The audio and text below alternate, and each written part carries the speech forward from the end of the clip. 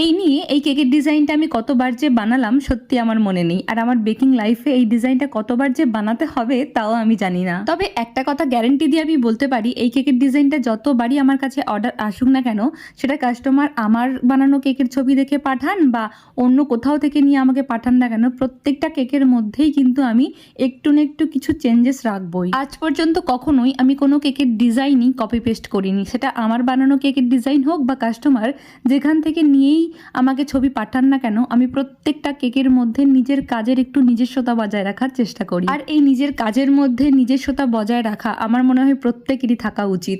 তো যাই হোক, এখন আমি যে কেকের ডিজাইনটা বানাচ্ছি, আশা করছি বুঝতেই পেরে গেছেন এতক্ষণে যে আমি কি ডিজাইন বানাচ্ছি। এটা একটা স্পাইডারম্যান থিম কেক, আর ইনসাইড ফ্লেভার ছিল বাটারস্কচ। আর এখানে কেকটা আমার প্রায় রেডি হয়ে গেছে, এবার আসল লোকের আসার পালা, তাই আমি ছাদে উঠে গেলাম এবং ডাকতে থাকলাম আয় আয় করে। আর এখানে স্পাইডারম্যান এসে হাজির হয়ে গেল। তো কেকের ডিজাইনটা কেমন